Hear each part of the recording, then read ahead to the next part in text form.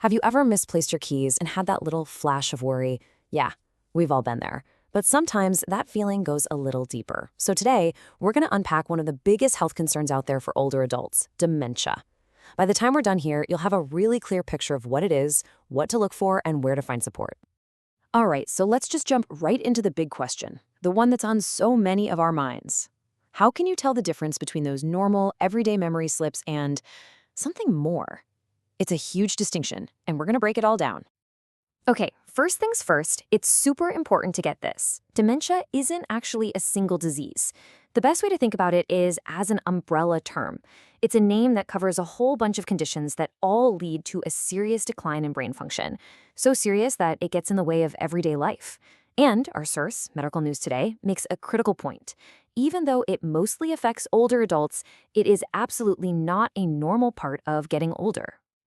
And to give you a sense of just how common this is, take a look at this number. The World Health Organization tells us that somewhere between 5 and 8% of people over the age of 60 are living with dementia. That really shows you why understanding this stuff is so incredibly important for all of us. So what does dementia actually look like in a person? Let's get into the warning signs. The symptoms usually get worse over time. They start out small and they can be really subtle at the beginning, which is exactly why it's so key to know what you're looking for.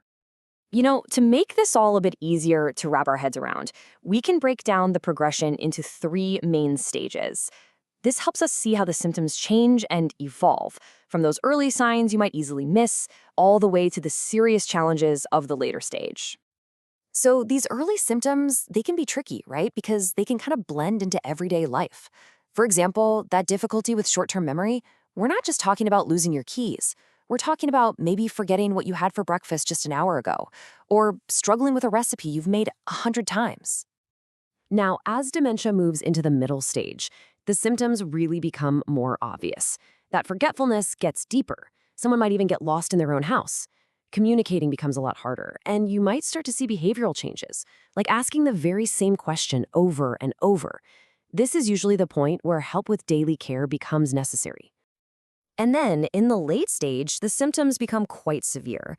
Memory loss can be so profound that a person might not recognize their own family. They could lose their ability to speak. And physical things like eating and swallowing can become really challenging. This stage, well, it requires intensive, around-the-clock care. So, like we said, dementia is that big umbrella. So, what's actually under it? Let's take a look at the most common types, because each one is a little different, with its own causes and its own set of characteristics. This chart right here really paints a clear picture. I mean, look at that big slice. Alzheimer's disease is by far the most common cause of dementia. We're talking about roughly 70% of all cases. That other 30% is made up of a few other conditions. This table is a fantastic way to see how they stack up. For Alzheimer's, think of it like sticky proteins called plaques and tangles that just build up in the brain and cause damage. Vascular dementia, on the other hand, that's more like a plumbing issue. A lack of blood flow, maybe from a stroke, ends up damaging brain tissue. Then you've got Lewy Body dementia, which involves different protein clumps that can cause sleep problems and even hallucinations. And finally, frontotemporal dementia, well, the name says it all. It damages the front and side parts of the brain, which leads to some really distinct changes in personality and language. Okay, so with all these different types and all these symptoms, how in the world did doctors figure out what's really going on? Let's shift gears and look at how a diagnosis actually happens. The first thing you need to know is that there's no single magic test for dementia. It's not that simple. Instead, doctors use a whole process. They'll start with a physical exam and blood tests just to rule other things out.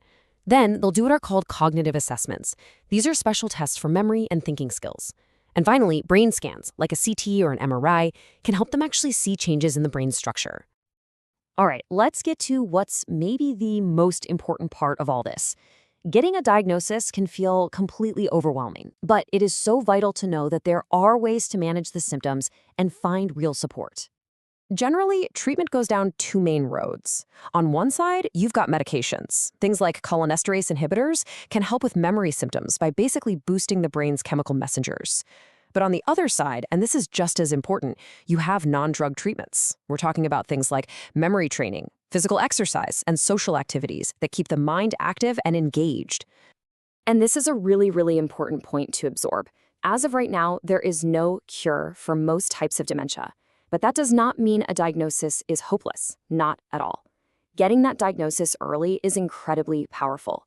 It gives a person and their family the gift of time to understand, to make choices, and to plan for what's ahead on their own terms. So you're probably wondering, well, can you prevent this? And while the sources are clear, there's no surefire way to prevent dementia. A big review in 2017 found that some lifestyle choices might help. Things we hear about all the time: getting regular exercise, eating a healthy diet, and managing stress and depression. All of these could play a part in lowering your risk. And the biggest thing to remember is this: nobody has to face this journey by themselves. Absolutely nobody. There is a whole network of support out there. Great organizations like the Alzheimer's Association provide amazing resources, information, and a community for both the people living with dementia and for the incredible people who care for them. So we've covered a lot of ground: what dementia is, the signs, the types, and the paths for support. Knowledge is such a powerful thing.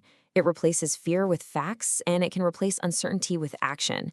The first step in any journey like this is always understanding. So now the question is, what will your next step be?